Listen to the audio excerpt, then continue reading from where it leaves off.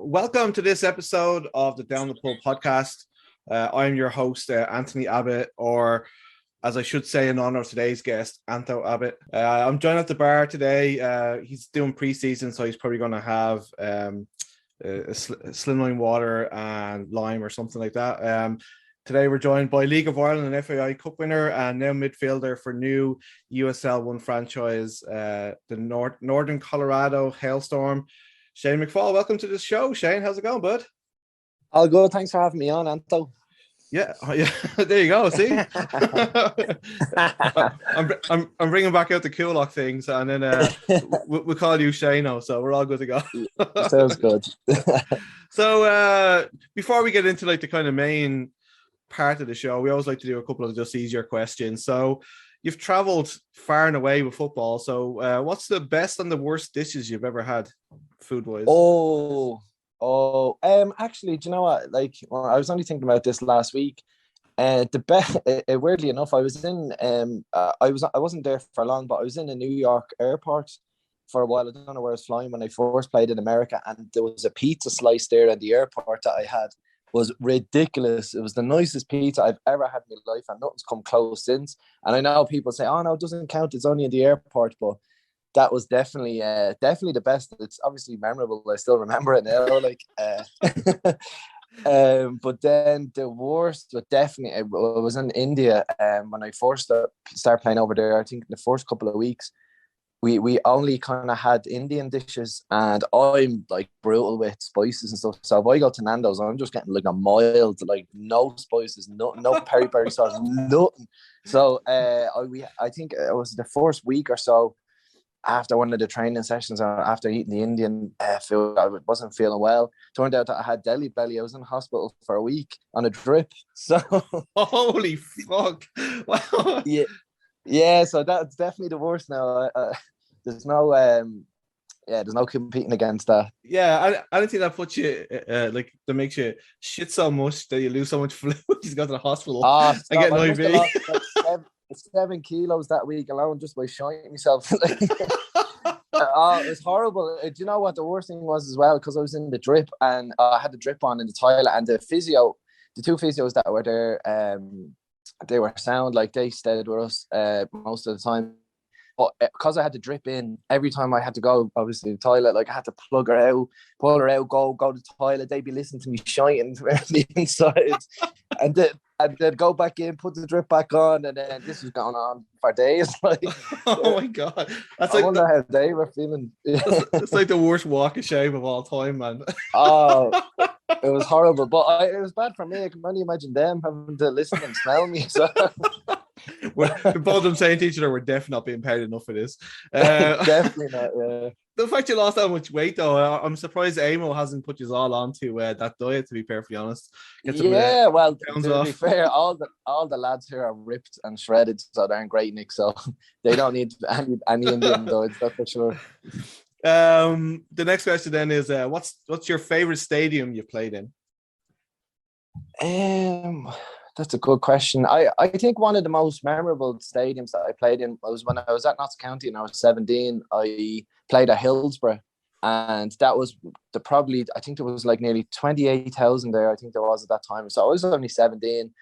I come on in the second half, and what I remember from it was like I literally couldn't hear anybody on the pitch speak. So like the noise of the crowd, I literally couldn't hear anyone who was shouting for the ball. I couldn't hear the other team, what they were shouting.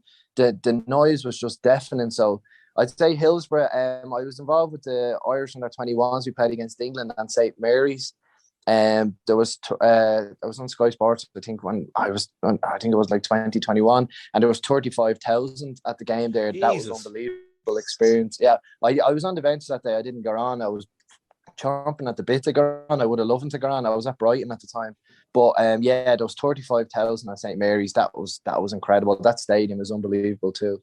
So I'd say probably them two, but there's other stadiums I played in that were massive, like Real Salt Lake Stadium. I don't know how much it holds, like maybe 60,000 or something. In the US Open Cup when I first went to America when I was 19, we got them in the cup, and I think there was probably about 15,000-20,000 there, but you wouldn't think it because the stadium was so vast that you would think there's only a couple of thousand here. But yeah, them three stadiums probably stand out the most. Just, I'm sure there's a load of St. Pat's fans feeling kind of pissed off now. You didn't mention Richmond Park, but however. Get me in trouble now. It's just me being with a Pats fan myself. I know that goes without saying. Richmond Park's a fortress. You don't even have to acknowledge that. And the last one of these, then, who's the biggest prankster you've played with? Oh, jeez. I don't know if I can actually say some of the stories here to be way too X-rated, but there's so many funny players that I played in. One of the funniest and like coolest players I ever played was a fella in Finland called Nico Ikovalko. Like he's like the Finnish Zlatan.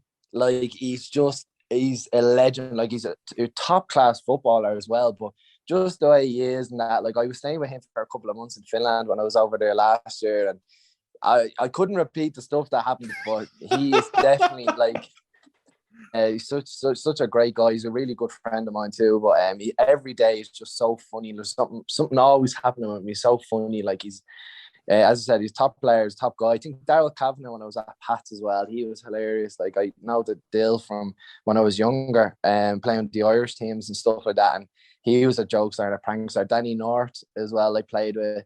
He used to be over in my house playing. I used to play FIFA all the time, and so many. I can't go into the stories, but yeah, those lads are a bit mad, but they're great lads, all of them.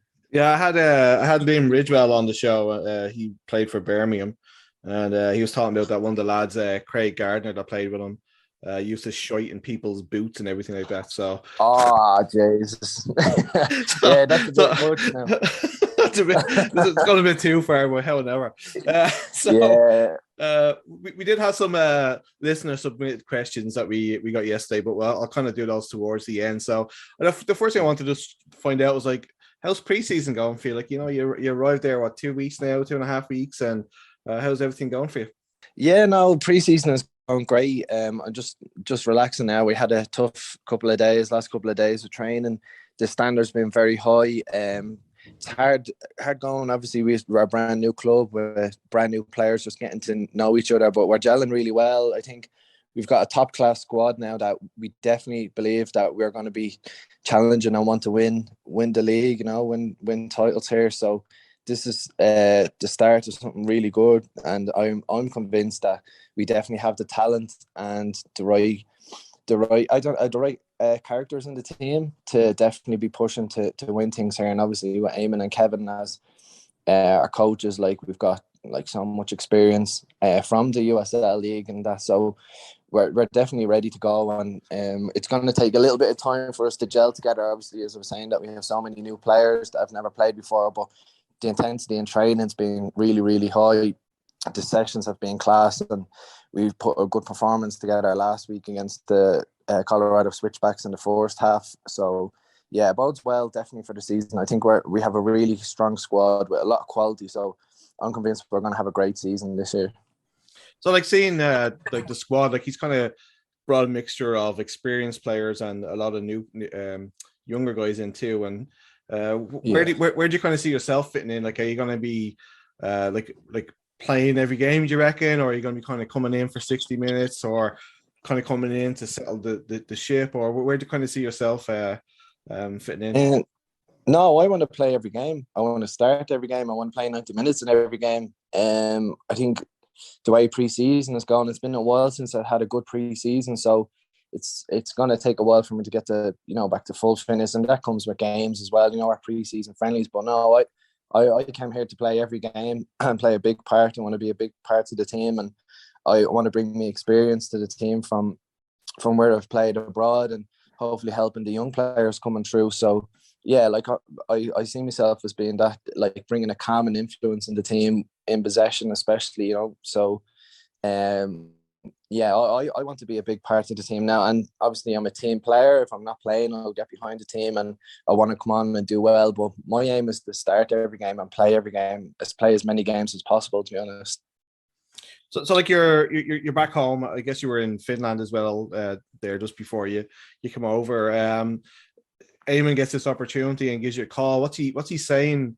What's he saying to you on the phone to get you to move over to Colorado? Oh, well, like Eamon has been trying to help me get to the States. He's been there for years, and a couple of moves that I've had to the States have fell through for different reasons. So Eamon actually hurt his back, a couple of years ago at Chattanooga. So he was trying to get back last year to get back playing after his injury, and then this opportunity came about, and we were in touch. And I was saying I had a knee injury as well in 2020, so we were actually planning to come back together. So we were in touch, and then I got back after my knee injury, and he was just saying, look, the opportunity's here. I think I can get the best out of you for a couple of years. This amazing opportunity. Would you like to come over? I'd love to sign you. And I was, I didn't have to say anything else. Like, I was straight on the plane next day if it was ready to go. So now, especially I know Eamon a long time, and I know his vision. Like, I've played with him before, and I've talked to him over the years about football, and his football IQ was like second to none. And the way his vision of how he wants this team to play actually will really suit me and my game. So I'm a firm believer in going somewhere where your attributes are going to be used accordingly. Like, there's no point in me going to it that's just going to be fighting and scrapping with teams and stuff like that. Like, he wants technical players. He's bringing me in for a reason, for my passing ability and my technical ability. So it's so important to have a coach that believes in you too. So he believed in me that I can, after my knee injury, that I could get back, and I'm fit again now, no problems in that. So yeah, obviously I've been trying to get back to America for a while now. I played here in the USL Pro when I was 19, and the lads are always laughing about like how long ago that was. Like, to me, yeah. So no, I jumped at the opportunity as well. Like, I'm so excited about the project with the club and everything that's going to get built with the training ground and the stadium that's coming soon. Facilities are going to be like top class. So it's such an exciting time for everybody here. So the difference back then, I remember one of the first games of the season, the game was about 15 minutes in, and I was looking around to the lads going, is this a mistake? Like, it was like they were playing songs like during the game over, the intercom or whatever, and I was like, what? More use Mortal Kombat blasting out over the, like, when I'm playing a match here. It's just like mad at the time, but I'm not sure if they do that here now. But yeah, that's one thing that stuck out that I remember from the last. I don't know if it's the same here now. It's like when you go to a basketball game, like, it's constantly just music the whole way through it. I think it's just at that time they were probably just trying to appeal to other fans to come, but it is kind of different. But they still have like a lot with the goals they scored. Yeah, the match day experiences over here are amazing, and we're obviously going to be looking to do the same for the fans coming in. And we played against Colorado Switchbacks last week, but Eamon said that he went to watch them last season, and it was a night game, and I don't know whether there was some sort of Star Wars theme, but they turned all the lights off, but all the fans had lightsabers and all. Oh man! So yeah, the class, like the lights and all are unbelievable. Yeah, Eamon said it was like amazing match day experience. So we'll want to be doing the same in our stadium. I just couldn't imagine them doing that at Davy Mount for a Shamrock Rovers against Pros game. They'd be knocking lumps out of each other. I don't know how that will go down, to be honest. So as you mentioned, like, I mean, like, you're in preseason. This is what, like, is this like your 19th or 20th preseason as a pro now? Yeah, it never gets easier. I'd imagine. I still remember the first one at Notts County. I had been, I was in the FAI FOSS course when I was 15 in Clondalkin, and I was training every day with the lads in the course, and then I'd go train with Cherry Orchard, and then I thought, oh yeah, look, I've been training for a year full time, but the pre-season there was the hardest. I still remember, like, that was the hardest pre-season I've ever done in my life. The runs that we did, I remember many times just puking in the middle of runs and then having to suck yourself up, run back to the line and go again and go again. But it stood to us in the end. Like I obviously got used to it, but that was just a massive difference in kind of terms of intensity from when I came from playing for Cherry Orchard. Then you're in the professional leagues, in England. So, but yeah, the pre-season now, I don't know, I think 19 or 20 now, it doesn't get easier. So what's been your secret then to like to get through that many? And like, have you changed the way you do stuff now compared to like obviously when you were 19 and running up like sand dunes or running up the stadium steps and all that shit that they used to make you do? To be honest with you, a lot has changed since then. Like in terms of like our work now, a lot of it is done with the ball. So we'll have like ball, our training sessions based around where you're using the ball is like, let's say, disguise running, but we're tracked every day. We have player tech GPS apps, so we know how much we're running every single day, what our intensity, how many sprints we're doing every single day. So it's a lot different from when I first started out. Just with the sports science and stuff like that, it's way different. Whereas before, when I first went, I was like run until you can't run no more. So everything is done kind of in a way that you're monitoring the players, like how are they doing? Are they what days are you going to like go full pelt? When are you going to ease up? Whereas before, for the first, I don't know how many years when I was playing, it was just everything was tailored to just run, and there was no kind of consideration to fatigue or how the body's feeling. Was there too much of a load in the first couple of days? Where straight away we were doing like bleep tests into mad runs in England and stuff, but I think it's changed a lot. Even when I went to India now, Dave Rogers has like a lot of the pre-season was like, it was really tough, but everything was to do with the ball. Like there was like 6-minute intervals of like really high intense work, but it was all to do with the ball, and it's all relative like to a match basically. So you're getting your fitness but through football, which is, as footballers, is which what you enjoy the most. It's not nice about running around the track a million times a day either. No sign of a ball. There used to be sign of a ball for a month years ago, but yeah, it's been so enjoyable here. The first couple, obviously you do sprints and you do runs, and we've got sleds and we've got it's really hard work, but a lot of the stuff is with the ball, which is great.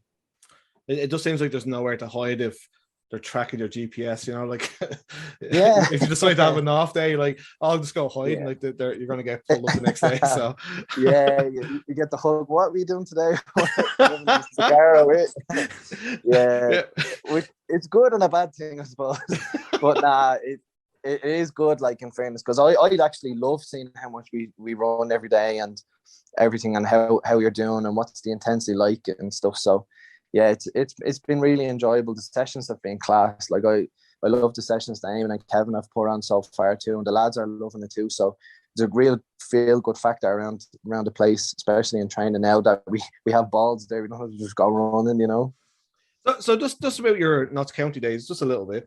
Like you said that like you got into the first team. I think you played like 40 something games, which at a young age was incredible.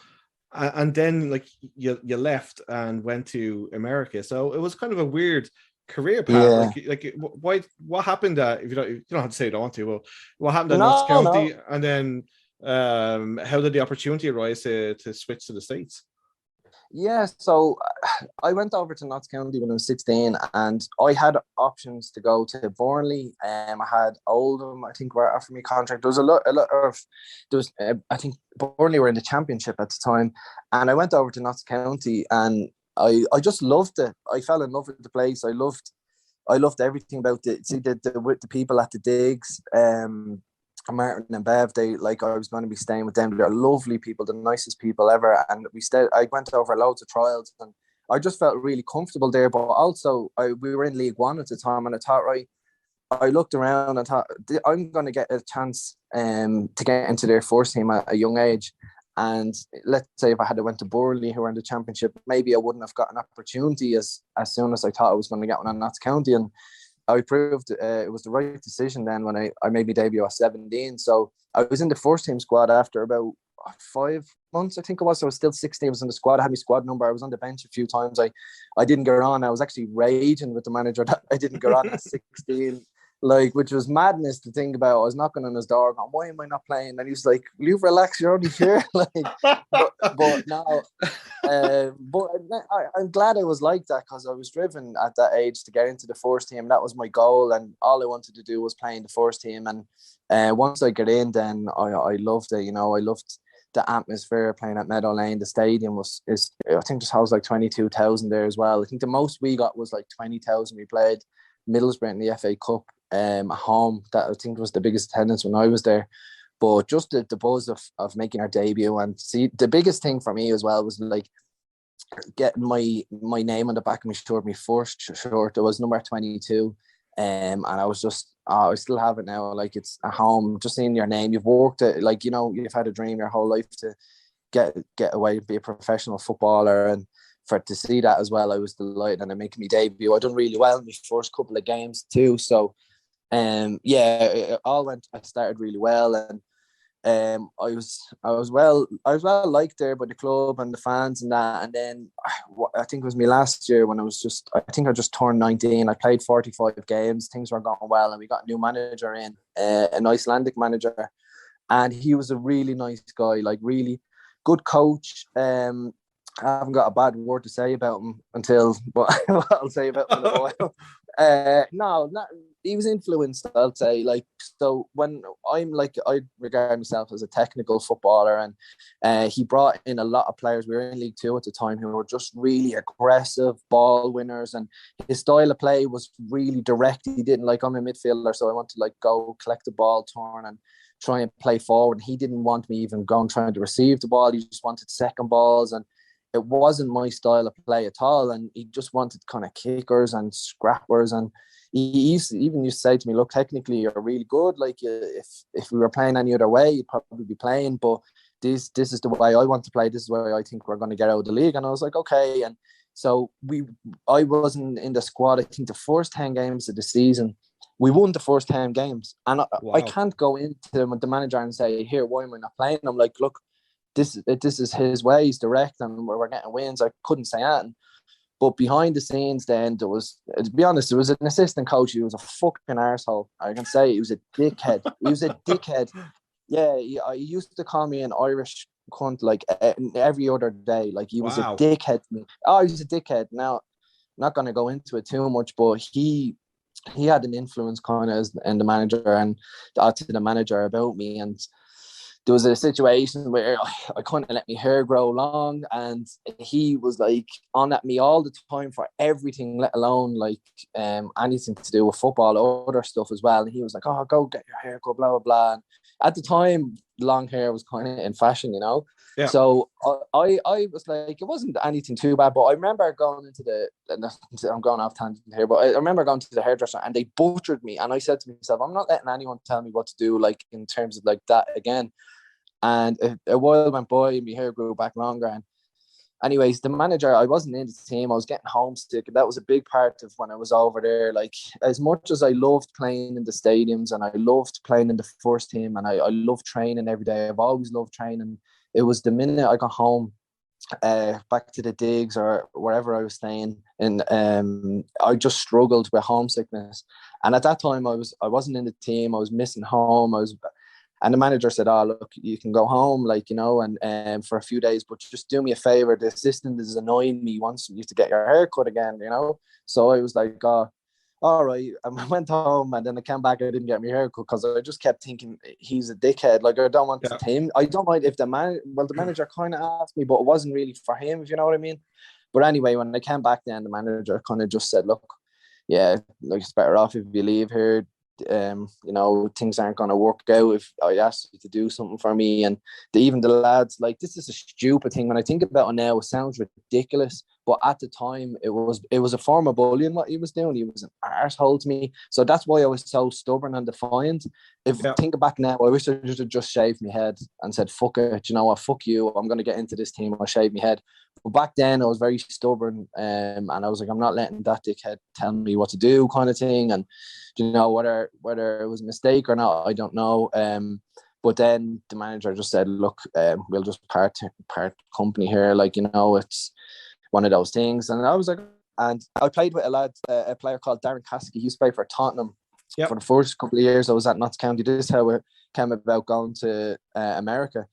And he was like, he was in the first team. He was an amazing player, like unbelievable footballer. He played with England. I think they won the under 18s championships. I think David Beckham was playing that team. I'm not sure, but anyway, he went to play for Virginia Beach too.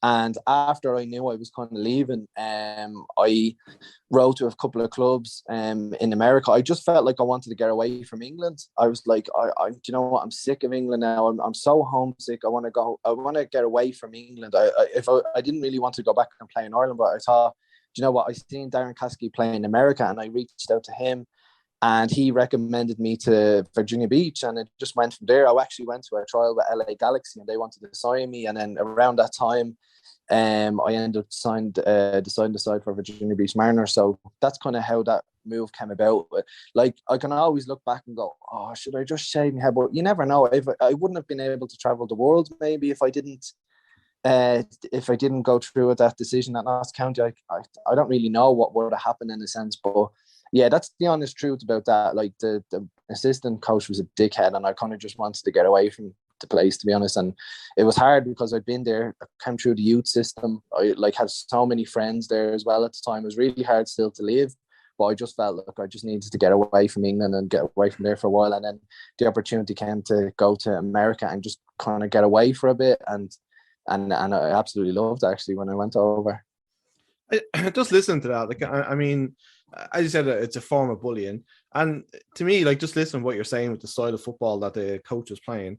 Like, you were never going to get into the team anyway. So, like, I've seen that they're almost using that as an excuse, like, to get you out the door. You know what I mean? I just feel like it was like such a petty fucking thing to let somebody to leave for, especially somebody that's a kid too. You know what I mean? It's like, exactly. And you know what? Looking back now, that wouldn't happen nowadays. If that happened nowadays, like, you would have been reported 100%. I would have went to someone and say, "Here, look, why are they doing this to me here? Like, you know, I'm only a young lad. I've been playing in the first team. I've come through the youth system. I've done well when I've played. I didn't see what his problems, but you had a problem with me, for whatever reason. And I like to think that I've gone on with nearly every player I've played with in all the dressing rooms, and he was gone around saying I was a bad apple and stuff. And he just, for whatever reason, you know, it was a different era as well. Even I was talking to the lads today after training, and we were talking about, like, when we were younger, like, I used to wash Paul Heffernan's boots. I used to clean his boots as a youth player and stuff like that has kind of changed as well. Like, it's completely different era. Like, stuff like that, kind of, you'd hear the stories in the youth teams and stuff that went on with the kind of hazing and different sort of things. Now, I didn't have anything like that around, you know, but it's stuff like that wouldn't happen nowadays, you know. Are you trying to say it's unfortunate, but are you trying to say to try to get one of the young lads the Hailstorm to clean your boots today? Is that what you're saying? He said, "No, who are you?" Let me tell you, when I was a young boy. Look, listen, lads. When I was young, I had to wash the first team players' boots, but they're all first team players, so yeah. Fucking dirty bastard had corns and everything there to be scrubbing his boots for him. Fuck's sakes. Oh, I know, yeah. Stuff. Yeah, it's a different world now. It's a different time. So obviously the Hailstorm are a brand new outfit, but it's not your first experience at kind of being at a brand new outfit. You obviously played for the amazing Sporting Fingal back home. Yeah. I think you joined them in their second year, if I'm correct. I think they had 1 year in the first division and you joined, and then and that same year you won the FA Cup as well. So what was it like playing at a new club like that and then having that immediate success like that? It must have been like a whirlwind of a time. Then obviously the team collapsed. Then the following year. It just seems like a mental time. What was the experience like being there? It was amazing. I loved every second of Fingal. Like, it was a bit surreal how successful were so soon. As you said, there was one season where the team were in the first division, and then Liam Buckley started assembling players from the Premier Division, and there was kind of like a big project as well. There was going to be a stadium out in Lusk, and Liam showed everybody like the plans and the players that we were attracting there to the first division. They were all Premier Division players. Like the squad we had was just ridiculous. The likes of Eamon, Gary O'Neill, Sean Williams, and I could go on, like Gareth Paisley, Stephen Paisley, sorry, and a mate, Sean Marr. Like, we had an unbelievable squad. Like, I could go through everyone, and they were all Premier League players. So once we got together as a group, and we realized, okay, look, big things are going to happen here. Like, we're obviously proven League of Ireland, like Premier League players. There's no reason why we can't do well in all competitions. Like, obviously the goal is to get promoted, and then why can't we win the FAI Cup? And that's what we did. We actually didn't win the league that year. UCD did. We came through the playoffs. So that last week of the season was just one of the best weeks of my life, to be honest, because we got promoted through the playoffs. We won the FAI Cup final. I got man of the match in the final, and then we through that we qualified for the Europa League qualifiers. So that was one of the best weeks of my career for sure. So I have amazing times from Fingal, and I loved every second of it. Like, the players that we had then that came in, like Ronan Finn, Glenn Crowe, like just top players. So it was just unfortunate the way it ended, where everything with the economic crash and the team going, like Gerard O'Brien came in as well. He was like unbelievable player, and it was just a shame that the squad kind of just went all over the place then. It would have been great to have us stay together for a couple of years, because I really think we would have qualified for the Europa League qualifiers with that squad. The Europa League stages. Sorry. When you saw in the news, like, about the economic downturn, and then you see Jerry Gannon's name being mentioned, your sponsor Anglo being mentioned, we was all like, oh bollocks.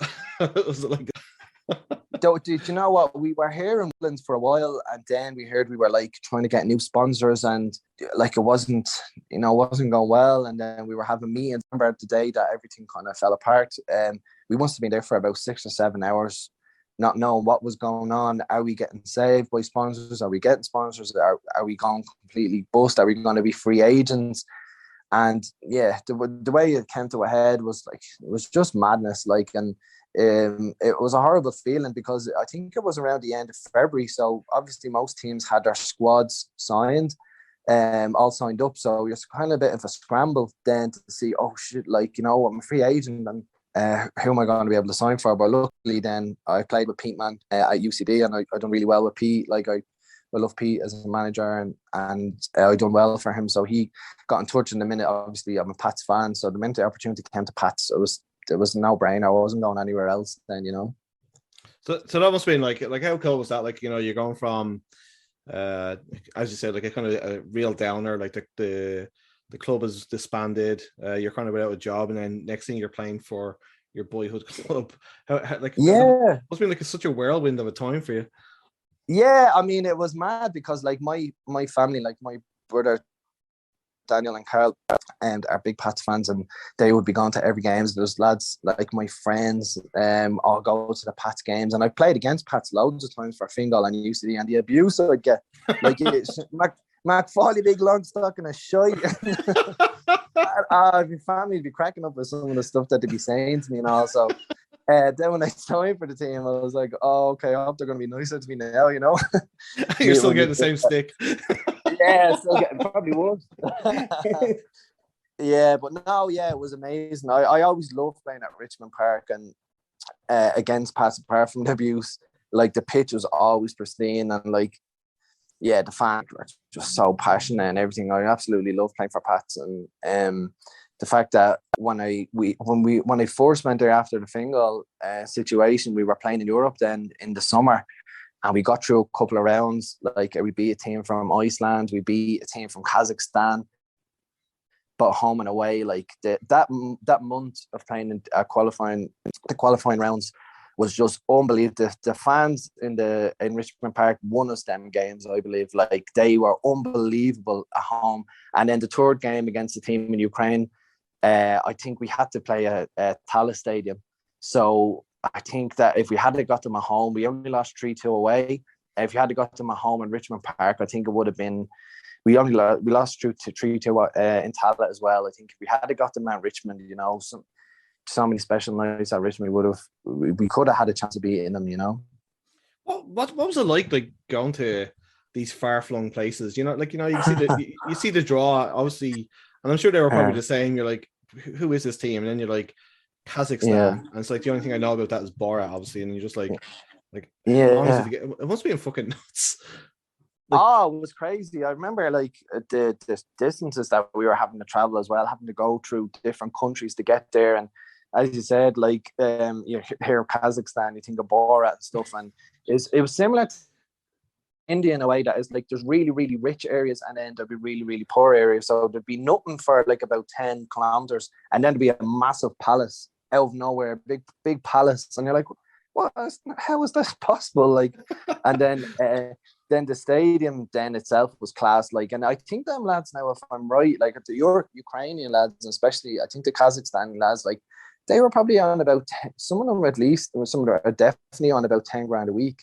So there's a massive difference in terms of how much salary wise we were at the time, but like as a team, we were unbelievable in them European games. There was nothing between us in all of the games, really, you know, apart from the Ukrainian team. I think there was a stat like in the away leg, we lost 3-2, but I think for something like 60 minutes, they had like 95% possession or something.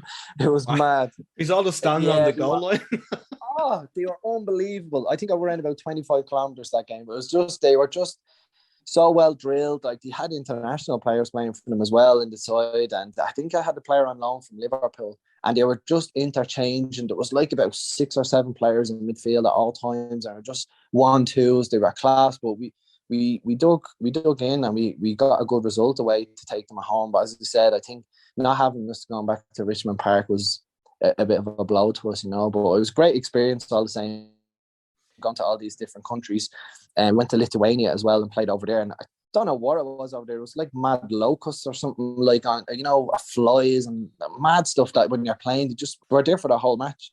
And so yeah, when you go to all these different countries, it's great. Like, it's that's what you play football for. You know, you're there and you're like, God, this is brilliant.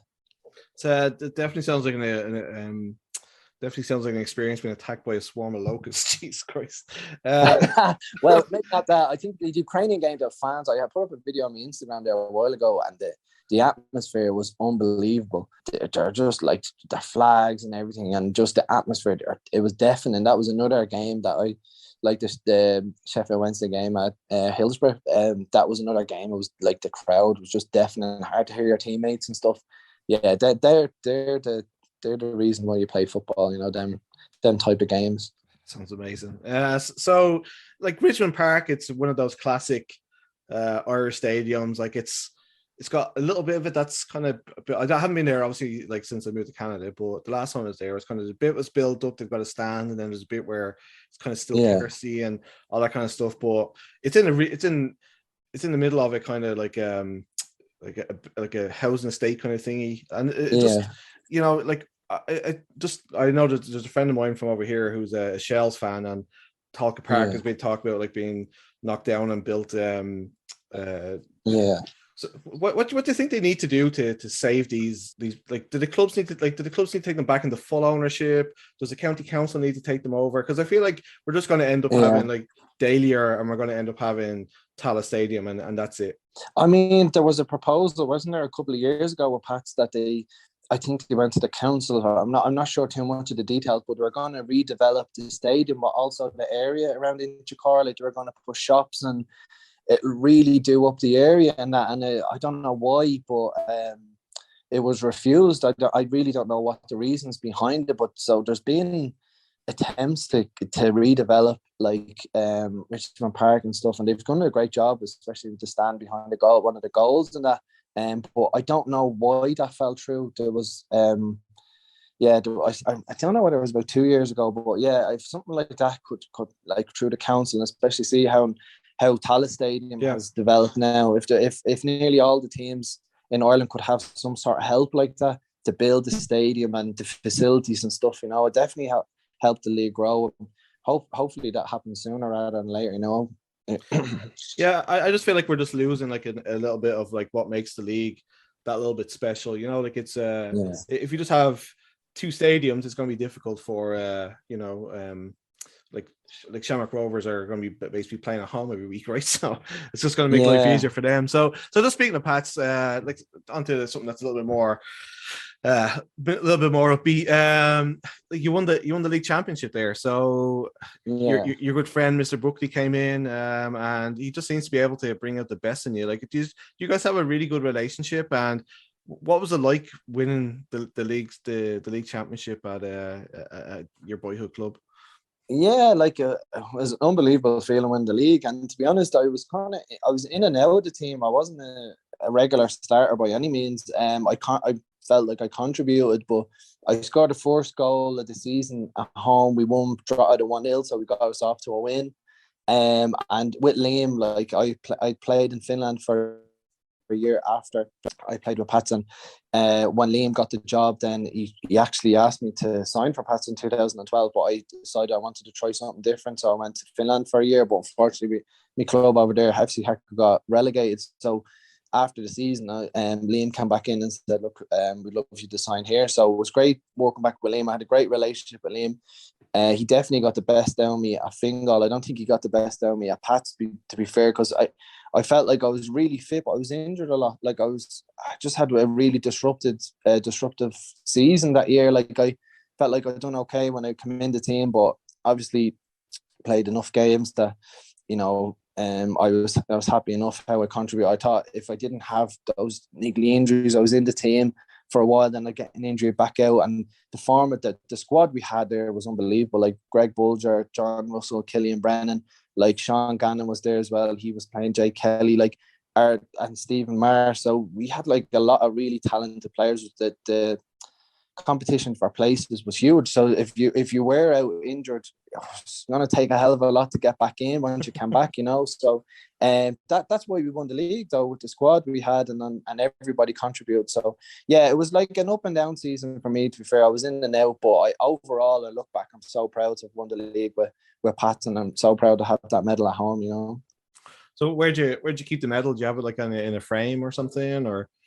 Yeah, I have a wardrobe with everything at the minute. So I've got the amount of jerseys that I have from playing all over the world as well. I have a wardrobe just full of jerseys. So I have that there, and I think the most prized possession I have is when I played, going back to Notts County, there was a player called Mike Whitlow. I played with him, and Notts County used to play. He was captain of Bolton in the Premier League for a good few years. And I remember we were watching Bolton play, and I was talking about JJ Kocha, and then he's like, I love him so much. He's one of my favorite players. And the next day he came in with a signed JJ Kocha jersey for me. Yeah, I have it at home now. I'm away from home, so no one tries to rob me gaff now. Probably should have said that. You'll see him on buy and sell. I know, yeah. I think it's gone for a lot of money on eBay, you know. But it's a signed shirt from the Premier League squad. I think, like, remember Fernando Hierro, even Campo, Yuri Djorkaeff and all. There's loads of signatures there. Kevin Davis, Kevin Nolan. Like, the Bolton had a quality team for a couple of years. So it's not just JJ Kocha there. But yeah, that's definitely my prized possession. I keep that separate in one wardrobe, and then I've got all Man of the Match awards and league, went the FAI Cup trophy and the FAI Cup medal and the Man of the Match trophy and the league, the Electricity League winners medal there. So yeah, I'm just out there giving away everything now. I know. So everything's kept in a very secure safe. Very secure safe, yeah. And it's not an open wardrobe. And it's guarded by a big pit bull called Junior. Yeah, so. That's right. Yeah. I'm only starting to tell me. And I think you've just given it away that you stole the FAI Cup, which is amazing. So yeah. God. So we, as we said, we had a couple of questions from people who just left us like a little message on Instagram. So one of them was from my buddy Chris. He wants to know, has there been any adjustments for yourself starting at a new club compared to being at an established club? Just in terms of, like, let's say you are going into an established club, there's a good chance there's been a nucleus of a squad already there. There's probably, like, as I said, like, we've got all these players that have never played before. It's just gelling together as a team, and what the manager wants and what the coaches want that's just going to take a little bit more time, because usually when you go into a squad, you know, they've been playing together for a while, then you're just trying to implement what the coach wants and add what you can bring to the team. So that's probably been the one thing that's different, you know. Obviously, when it's new, same with Fingal, actually, we had nearly the majority of all the players were new, so it just takes a little bit of time. But we're confident that we've got the right squad now and the quality in the squad to win everything this year.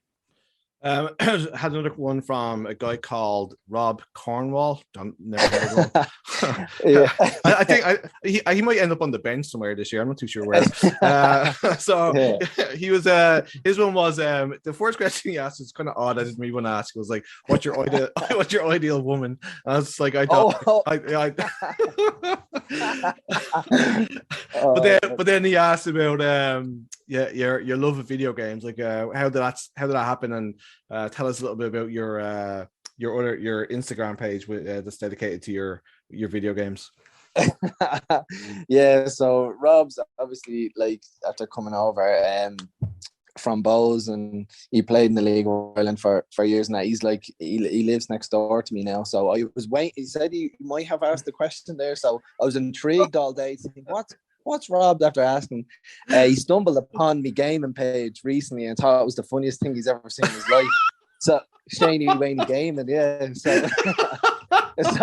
So actually, I do you know what? I archived all the posts on it because I was so embarrassed. So I'm gonna have to put some new fresh content on there for it to be anyway credible. So, but no, I've been like mad into games for years since I was a kid.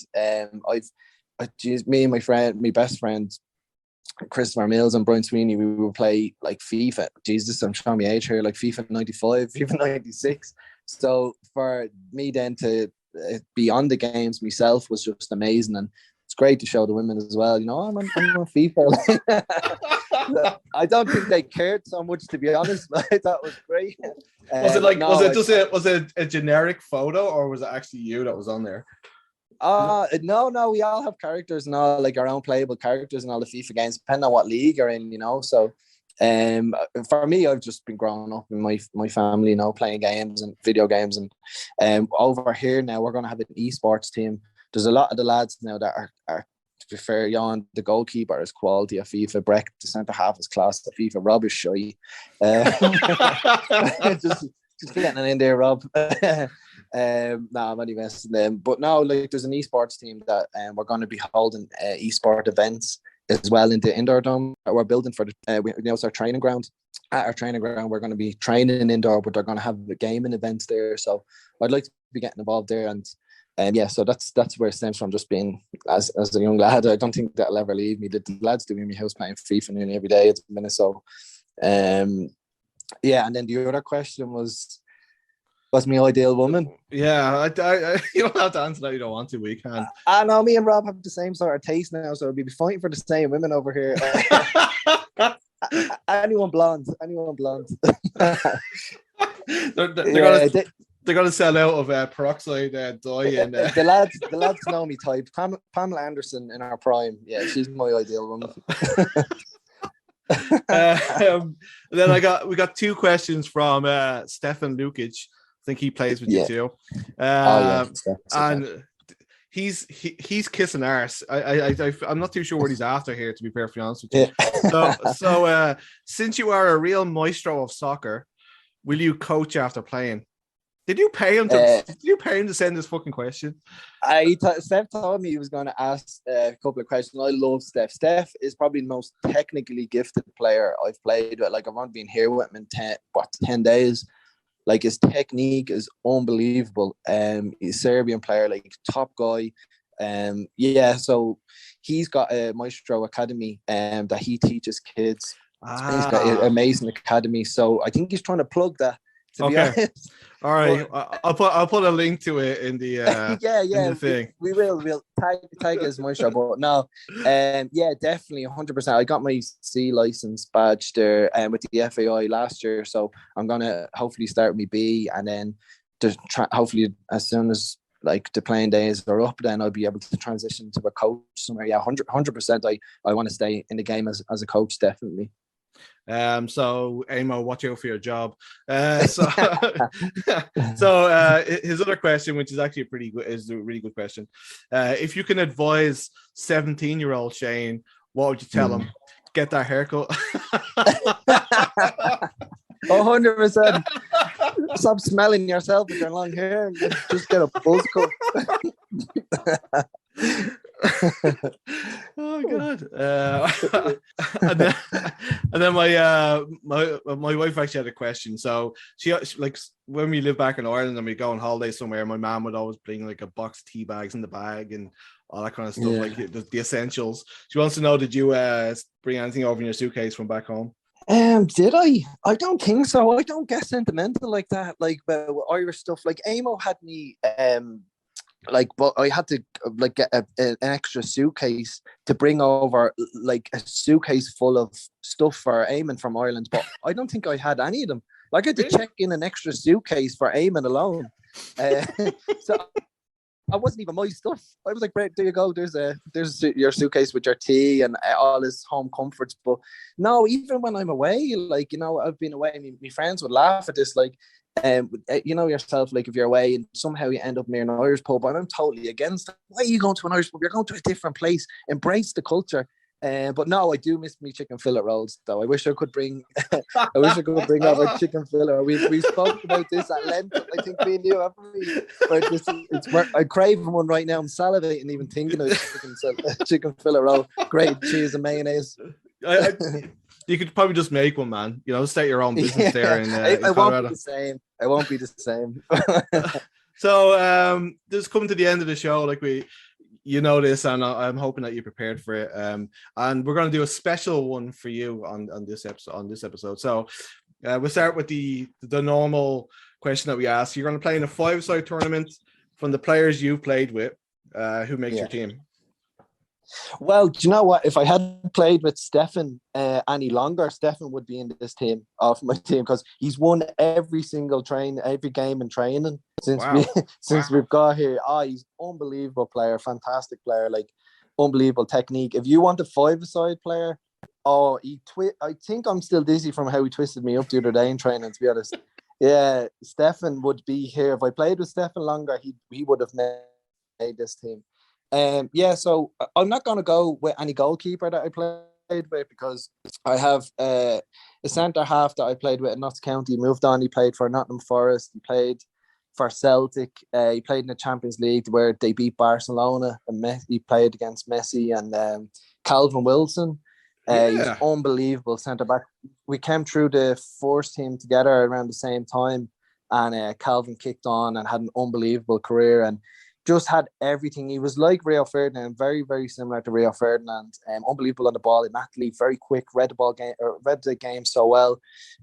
Great in the air. His distribution was class, and I wasn't surprised to see him kick on and play, have such an amazing career. So Calvin is definitely me defender. I don't need anyone else because nothing's going to get past him.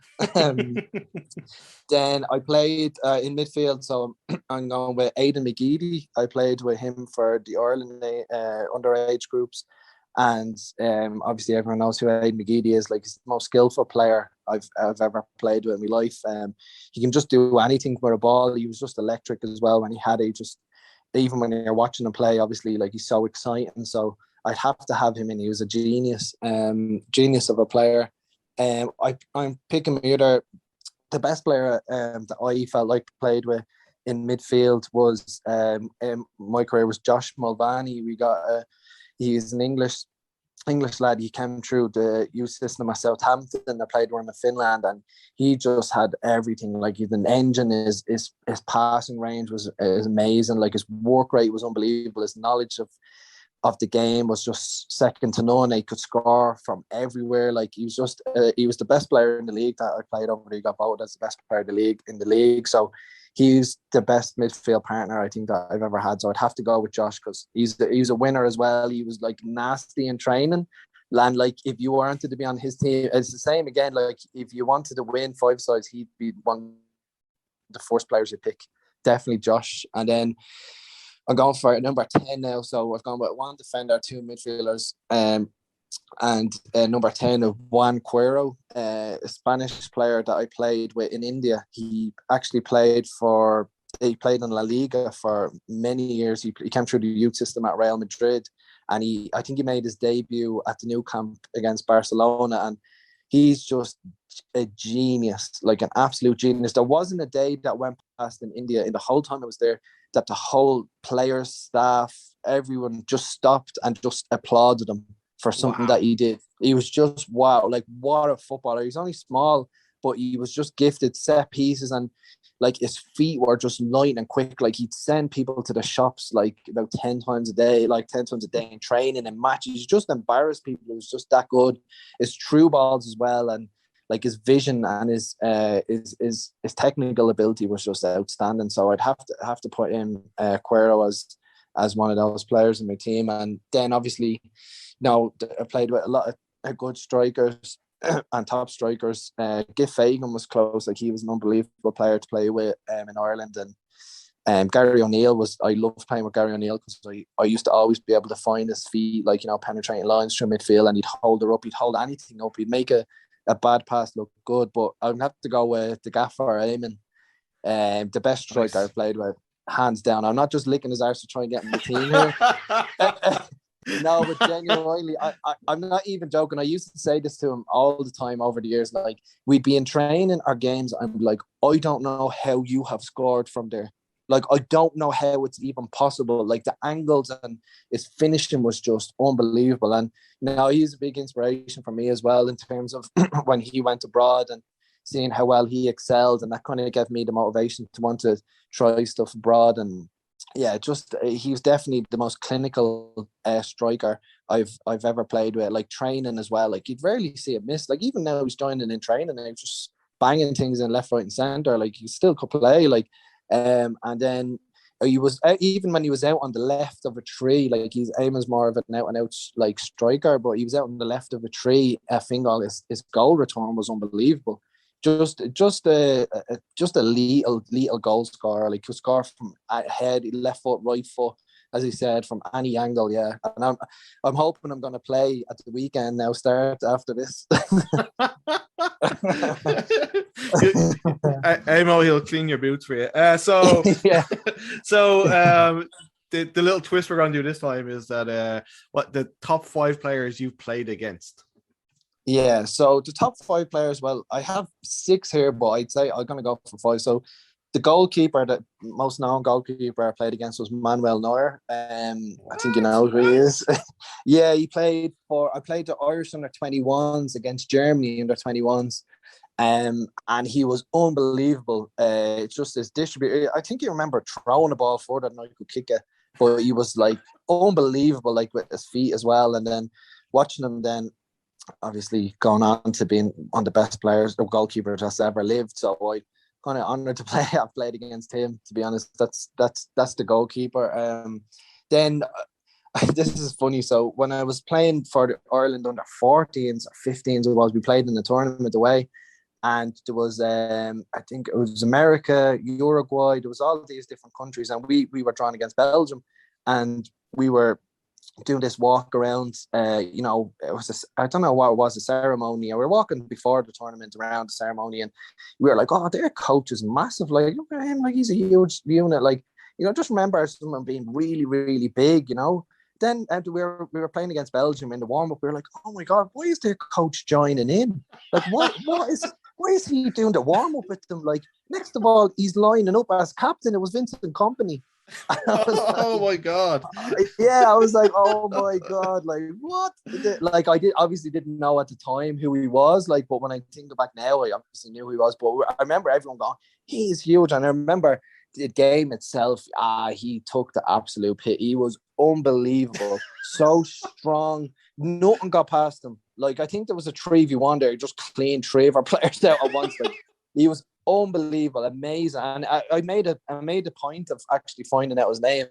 And then obviously I seen him move on. He played in Belgium, and then he went on to AC Milan, and then obviously a Premier League legend. But yeah, Vincent Kompany is definitely one of the best players I've been lucky to play against. But I was 14 at the time, but I'd say he was about 27, to be fair. The man's a banger over there.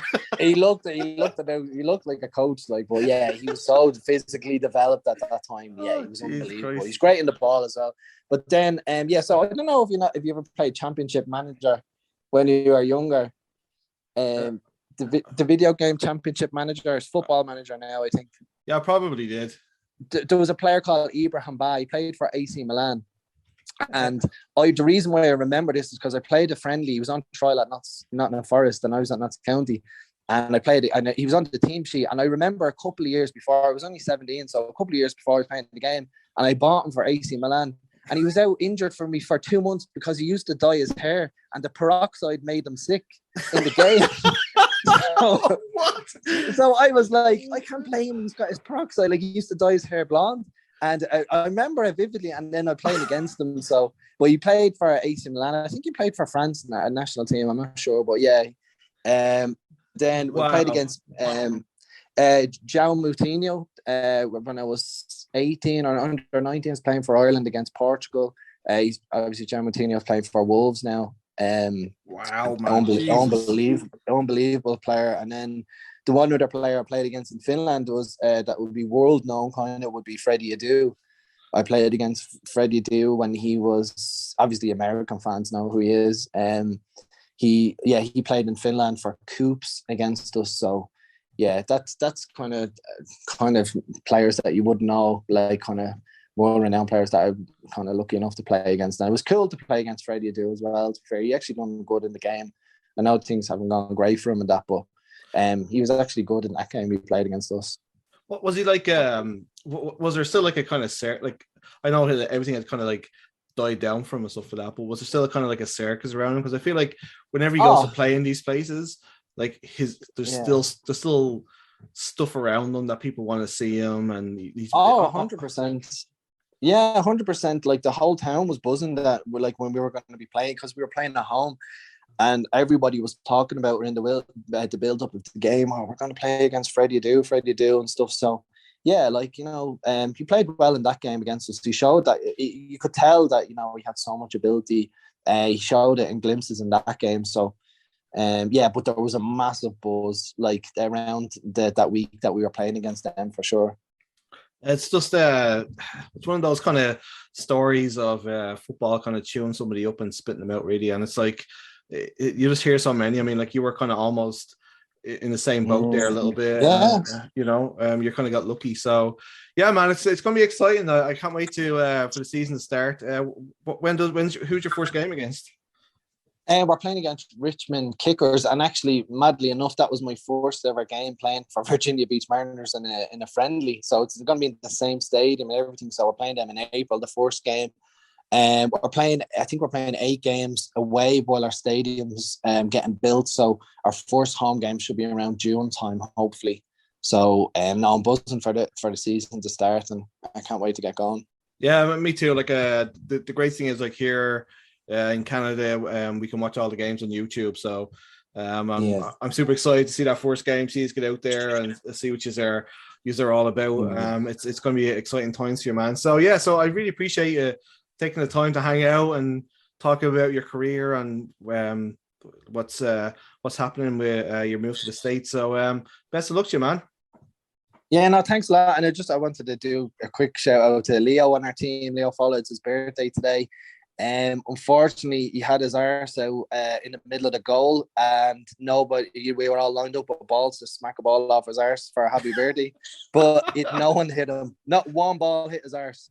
Jesus Christ. He brought a nice cake in, though, in fairness to him. So happy birthday, Leo. And then I was going to say, I was talking to you before about my good friend, Graham Griffiths at home. He's raising money for the Cherry Orchard run a club for the kids, their summer program. So he's running 8 marathons in 8 days. So he's done the 6th marathon in 6 days today. So he's got 2 days left. So if anyone's listening and they'd like to donate for the kids, Graham's doing an amazing thing. Loads of our friends are helping him going running and stuff like that, and cycling around. But 8 marathons in 8 days, like, fair play to him. So Jesus Christ, that's incredible. Yeah. Do you know what? And when I'm doing pre-season, I'm like, all right, that's nothing compared to what Graham's doing. So, you know, I'm not complaining about any aches and pains and stuff. He's doing 8 marathons. Fair play to him. I'll get the link off you and I'll put it in the Twitter post and stuff like that, so people can drop some money, because it sounds like he's doing it for a great cause. Cherry Orchard is an amazing part of Dublin, and well, I have to say that, right? But it's on the south side. Yeah, well, I'm from there as well. It's on the south side, so it's kind of all right, I suppose. But yeah, you're safe saying that now. You kept yourself safe. So, so was there anybody else that you wanted to give a shout out to? Yeah, so just the main man in our team. Like, his name is Irvin Parrott. He's my Holmes, my boy. He's from California. You know, he was saying, "Yo, Holmes, give me a shout out today. Otherwise, you're whack." I absolutely love Irvin. So Irvin, if you're listening, you're my boy. You love Ireland. You love me and Rob. You're an unbelievable footballer. You're a great player. But yeah, you're a legend, man. And I had to give my Holmes a shout out. He's teaching me Cali slang every single day. I don't know what he does be saying when we're coming in, but I think I'd settle in well in California now after this season if I was to move there after Irvin. So big shout out to my boy, my homie, Irvin Parra. You can give Lee Desmond and Dan Casey a shout at Sacramento, and they can get you out there next season. Seeing how that you're seems how you're fluent in the lingo now. So I know I'm going to lose my Irish accent now. I'm going to be going full Cali now any day soon. He's a legend, Irvin. So yeah, shout out to my boy Irvin. I love it. So and then also I want to put this out there that Kevin Stachak, our coach, would have got into my 5-a-side team if he wasn't such a moany bastard. Kevin is our assistant coach. He's a brilliant player. He was a class player when he played with us, but yeah, he's the whingiest, moaniest player I've ever played with. But yeah, top lad. There you go, Kev. You didn't make the team, but Kev makes the subs bench. You can put one sub. Put Kevin Stachak as a sub. Okay, I'll allow it this time, but only top man. Only if he doesn't like moan and groan about shit. Yes, he'd probably be moaning about it. That's not good enough. Kev's a lad.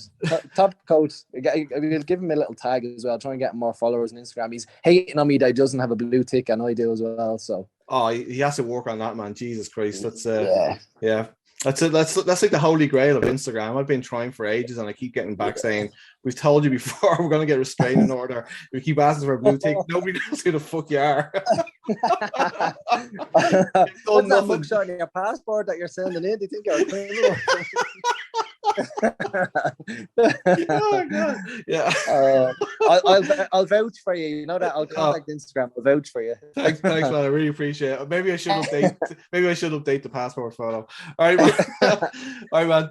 Have a good night. Cheers. Yeah. Thanks so much, man. No worries, bud. Cheers.